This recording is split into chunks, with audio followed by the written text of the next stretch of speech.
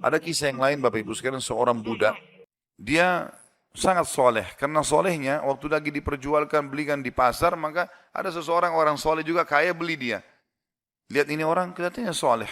Ucapan-ucapannya selalu mengucapkan nama Allah. Diajak ke rumahnya orang soleh ini, orang kaya lalu dikatakan, pilihlah tempat yang kau mau. Ada banyak budak-budaknya yang pekerja, pilih yang kamu mau. Dia tunjuk tempat yang paling pojok dan sudah agak rusak. Dia bilang ini saja. Kata tuannya, kenapa kau pilih tempat ini?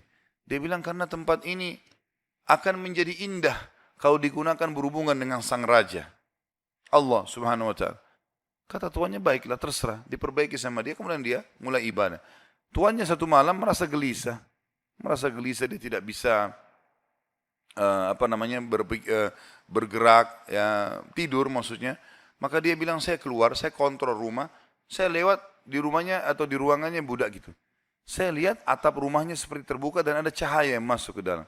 Malam hari, zaman dulu tidak ada penerangan lampu kayak kita. Maka dia bilang, saya intip di celah-celah dinding ruangan tersebut, saya temukan orang itu sedang sujud kepada Allah dan cahaya sedang turun di atas kepalanya. Maka saya dengarkan doanya dari malam sampai pagi. Dan selalu dia ucapkan, setiap dia minta hajat, lalu dia mengatakan, ya Allah, penutupan doanya. Sesungguhnya kalau bukan karena haknya Tuanku sekarang ini, yang aku harus berikan, maka aku akan habiskan seluruh umurku ibadah kepadamu. Maka ini orang sampai menjelang subuh baru dia tinggalkan.